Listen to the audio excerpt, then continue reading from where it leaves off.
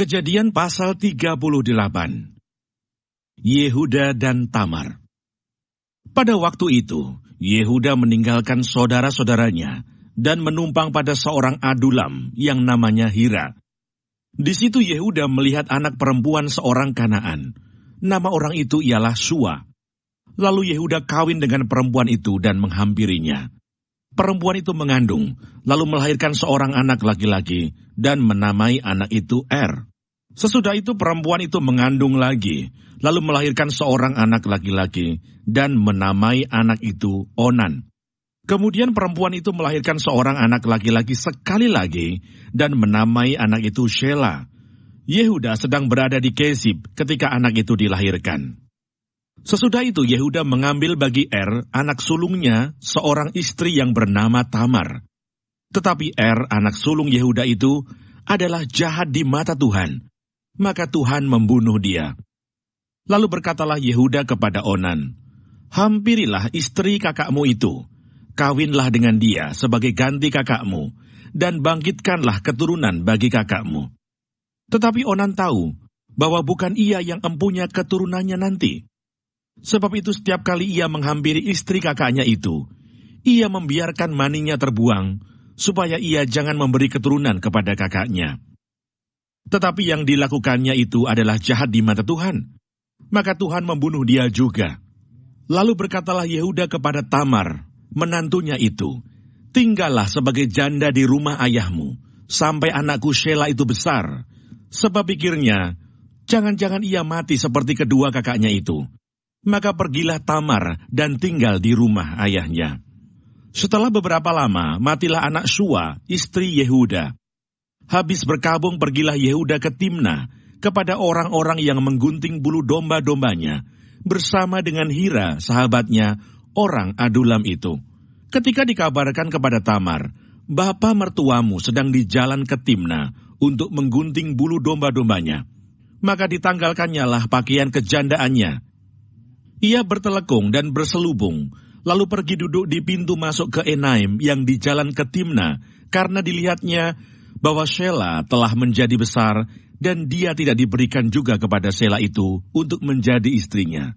Ketika Yehuda melihat dia, disangkanyalah dia seorang perempuan sundal, karena ia menutupi mukanya. Lalu berpalinglah Yehuda mendapatkan perempuan yang di pinggir jalan itu serta berkata, "Marilah, aku mau menghampiri engkau." Sebab ia tidak tahu bahwa perempuan itu menantunya. Tanya perempuan itu, "Apakah yang akan kau berikan kepadaku jika engkau menghampiri aku?" Jawabnya, "Aku akan mengirimkan kepadamu seekor anak kambing dari kambing dombaku." Kata perempuan itu, "Asal engkau memberikan tanggungannya sampai engkau mengirimkannya kepadaku." Tanyanya, "Apakah tanggungan yang harus kuberikan kepadamu?" Jawab perempuan itu, "Cap materaimu, serta kalungmu, dan tongkat yang ada di tanganmu itu."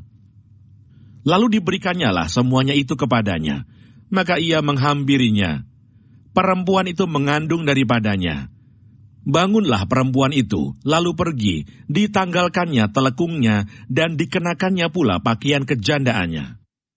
Adapun Yehuda, ia mengirimkan anak kambing itu dengan perantaraan sahabatnya, orang Adulam itu, untuk mengambil kembali tanggungannya dari tangan perempuan itu. Tetapi perempuan itu tidak dijumpainya lagi. Ia bertanya-tanya di tempat tinggal perempuan itu, "Di manakah perempuan jalang yang duduk tadinya di pinggir jalan di Enaim itu?" Jawab mereka, "Tidak ada di sini perempuan jalang." Kembalilah ia kepada Yehuda dan berkata, "Tidak ada kujumpai dia." Dan juga orang-orang di tempat itu berkata, "Tidak ada perempuan jalang di sini."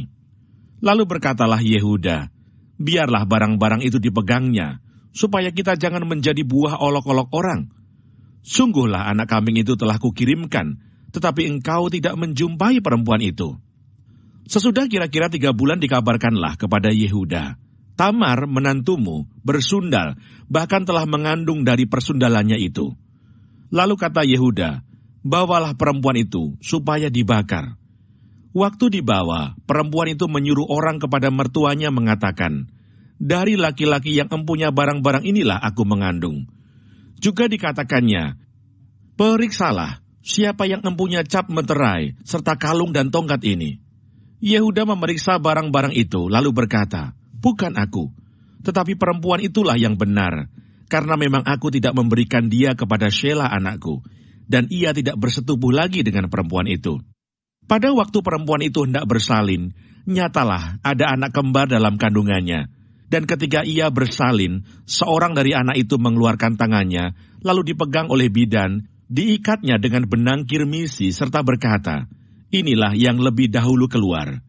Ketika anak itu menarik tangannya kembali, keluarlah saudaranya laki-laki, dan bidan itu berkata, "Alangkah kuatnya engkau menembus keluar." Maka anak itu dinamai Peres.